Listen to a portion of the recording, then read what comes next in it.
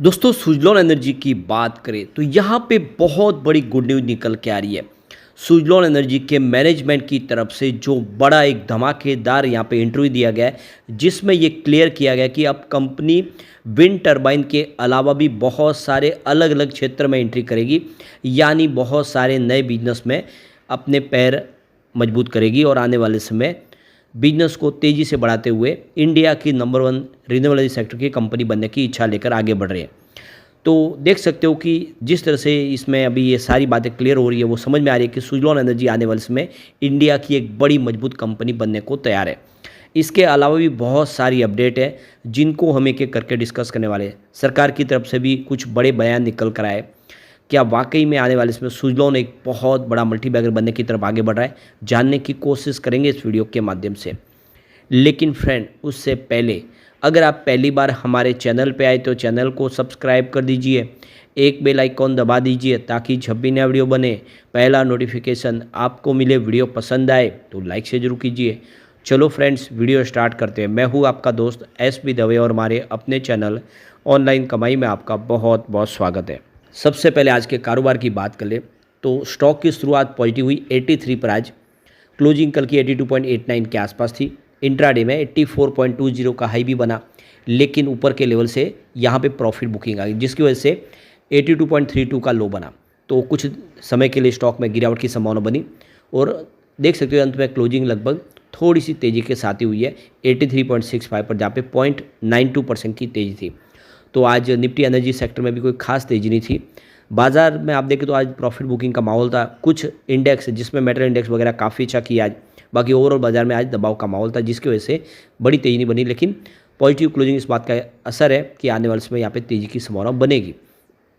अब यहाँ पे देखो कि सुजलॉन एनर्जी को लेकर बड़ा बयान निकल कर आया है, जिसमें कंपनी के मैनेजमेंट की तरफ से JP चलसानी और सुजलॉन के वाइस चेयरमैन गिरीश तांती ने एक बड़ा इंटरव्यू दिया, जिसमें सारी बातों का खुलासा कर दिया है। तो विंड टरबाइन बनाने वाली सुजलॉन एनर्जी अब पूरी तरह से कर्ज मुक्त हो चुकी है और कारोबारी उतार चढ़ाव से भी बाहर निकल चुकी है। इनकी जो ऑर्डर बुक है वो 5 गीगावाट तक पहुंच चुकी है। कंपनी की इनपुट कॉस्ट है वो भी कम हुई है और मनी कंट्रोल के साथ इंटरव्यू में कंपनी के मैनेजमेंट ने बताया कि कंपनी ने विस्तार की बड़ी योजना तैयार की, यानी अपने बिजनेस को एक्सपांड करने की तैयारी कर ली है। कंपनी मार्केट में अपने दबदबे को कायम रखते हुए अधिक क्षमता से विंड टरबाइन के मार्केट में उतरने वाली है। साथ ही यह रिन्यूएबल एनर्जी के और दूसरे सेगमेंट में भी एंट्री करने वाली है। कंपनी ने फाइनेंशियल 2023-24 में करीब 1500 करोड़ रुपए का जो कर्ज था उसको चुका दिया है। 10 साल में पहली बार कंपनी का जो नेटवर्थ है वो पॉजिटिव हुआ है। इंस्टीट्यूशनल इन्वेस्टर भी इस समय स्टॉक को लेकर पॉजिटिव है और एसेट मैनेजमेंट कंपनी जो बड़ी ब्लैक रॉक विश्व की एक बड़ी निवेशक है, उन्होंने भी काफ़ी बड़ी हिस्सेदारी सुजलॉन में खरीद ली है। उनको भरोसा है सुजलॉन की परफॉर्मेंस पे। तो सुजलॉन एनर्जी की स्थिति बहुत ख़राब थी। देख सकते हो कि कंपनी पे बहुत भारी भरकम कर्ज था। वर्ष 2019 में इन्होंने अपने इनपुट कॉस्ट को कम करने और जो घाटा है उसको कम करने पर फोकस करना शुरू किया। लागत घटाने के प्रयासों के चलते इन्होंने ब्रेक इवन पॉइंट्स को फाइनेंशियल 2017 में 1400 मेगावाट से घटाकर फाइनेंशियल 2020 में 600 मेगावाट लाने में सफलता रही है। इसके अलावा अपनी सेहत को मजबूत करने के लिए 2022 में राइट इशू लाया। इस राइट इशू के माध्यम से देख सकते हो कि इन्होंने अपनी स्थिति को मजबूत करने की कोशिश की, लेकिन 1 अक्टूबर 2022 को देख सकते हो कि यहाँ पे सुजलॉन के फाउंडर और चेयरमैन तुलसी तांती जी का देहांत हो गया। हालांकि उनकी जो मेहनत थी वो सफल हुई और राइट इशू बहुत पूरी तरह से सफल हुआ और इसके बाद में आप देखें तो पिछले 2 सालों में बहुत कुछ बदल चुका है सुजलॉन में। तो सुजलॉन एनर्जी के ग्रुप CEO JP चलसानी के मुताबिक 2 चीज़ों में लागत कटौती और कर्ज फ्री बनने में कंपनी के आगे बढ़ने का रास्ता और मजबूत किया। कंपनी के को founder vice chairman Girish Tanti के मुताबिक कंपनी का कैश फ्लो ही आगे बढ़ने के लिए उन्हें पर्याप्त है। अब किसी प्रकार के फंड जुटाने की उन्हें ज़रूरत नहीं है। मार्च 2024 में क्रिसिल रेटिंग ने पॉजिटिव आउटलुक के साथ रेटिंग को अपग्रेड करके A- कर दिया है। मार्जिन में उम्मीद से बेहतर सुधार हो रहा है। O&M बिजनेस से हेल्दी कैश फ्लो और ऑर्डर बुक में उछाल के चलते रेटिंग अपग्रेड हुई है। तो कंपनी के CEO और वाइस चेयरमैन ने खुलासा किया है कि कंपनी अब रिन्यूएबल एनर्जी सेगमेंट में विंड टरबाइन से बाहर भी विस्तार करने जा रही है। इसका कोर बिजनेस विंड टरबाइन का है। इसमें कंपनी अपनी 1/3 मार्केट हिस्सेदारी को बनाए रखते हुए अधिक कैपेसिटी के साथ विंड टरबाइन मार्केट में जाने वाली है। सुजलॉन का लेटेस्ट 3.15 मेगावाट का मॉडल तैयार हो चुका है। और इसके लिए काफ़ी ऑर्डर भी मिल चुके हैं। अब कंपनी अगले प्रोडक्ट के लिए तैयारी कर रही है ताकि भविष्य की मांगों को ज़रूरतों को पूरा किया जा सके। भारत की जो योजना वर्ष 2030 तक 500 गीगावाट की रिन्यूएबल कैपेसिटी पाने की है, जिसमें 140 गीगावाट तो विंड टर्बाइन एनर्जी ही रहेगी। जेपी छलसानी के मुताबिक 2030 के लक्ष्य के हिसाब से भारत सालाना 5 से 6 गीगावाट इंस्टॉलेशन कैपेसिटी को बढ़ाकर 10 से 12 गीगावाट तक पहुंचाने वाले हैं। तो कंपनी तेज़ी से अपने नए मॉडल लॉन्च कर रही है। इसके अलावा विंड टर्बाइन के अलावा कंपनी की योजना है सोलर और स्टोरेज सॉल्यूशन में भी विस्तार करने की योजना कंपनी की है। इसे लेकर सुजलॉन ग्रुप ने अगस्त 2024 में ऐलान किया था कि रिनम एनर्जी प्राइवेट लिमिटेड के साथ अंदर उन्होंने 76% की हिस्सेदारी ले ली है। ये संजय घोड़ावत ग्रुप की कंपनी है और रिनोम के पास अगर देखें तो 1782 मेगावाट का विंड का एसेट है और 140 मेगावाट का देखें तो सोलर एसेट है।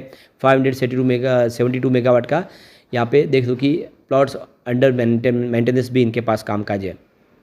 तो गिरीश तांती के मुताबिक अभी ग्राहकों को सिर्फ विंड एनर्जी नहीं चाहिए, वे सोलर और एनर्जी स्टोरेज की तरफ भी देख रहे हैं। ऐसे में कंपनी ने सभी कारोबार में अपने आप को उतारने का फैसला कर लिया है।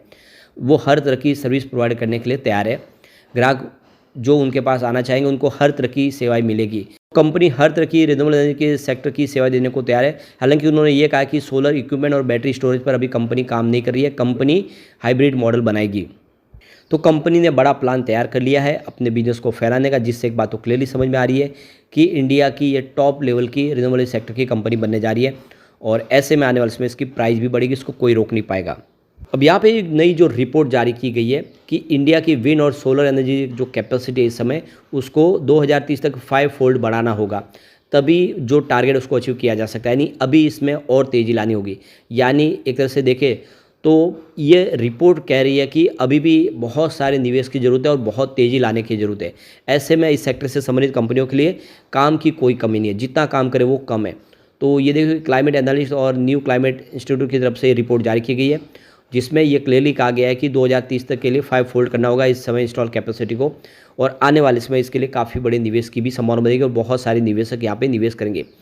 तो ये बड़ी गुड न्यूज़ है। इसके अलावा हमारे renewable energy minister Prahlad Joshi की तरफ से जो लेटेस्ट इंटरव्यू निकल कर आया आज, जिसमें उन्होंने आगे की रणनीति का खुलासा किया है।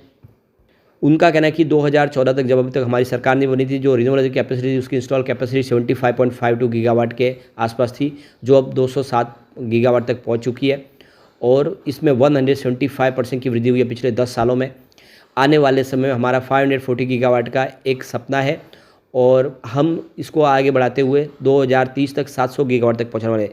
तो सरकार अब अपना जो गोल है उसको और आगे बढ़ा चुकी है। 500 गीगावाट की कैपेसिटी का जो संकल्प था उसको 700 गीगावाट तक लेके जा चुके हैं। यानी सरकार आने वाले समय और भी इस सेक्टर के लिए बहुत सारी नई स्कीमें ला सकती है, बहुत सारे नए टेंडर जारी कर सकती है।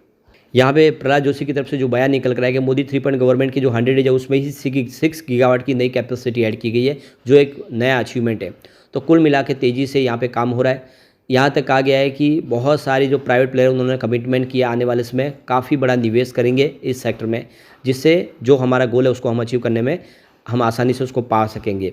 तो एक और जो बड़ी गुड न्यूज़ निकल के आ रही है, कोल इंडिया भी अब रिन्यूएबल एनर्जी सेक्टर में एंट्री कर चुकी है और उन्होंने एक जॉइंट वेंचर्स बनाया है राजस्थान राज्य विद्युत उत्पादन निगम लिमिटेड के साथ में। दोनों मिलकर रिन्यूएबल एनर्जी के प्रोजेक्ट करेंगे। अब तो इसमें आप देखें तो कोल इंडिया की 74% की स्टेक है और RRVUNL की 26% की स्टेक है।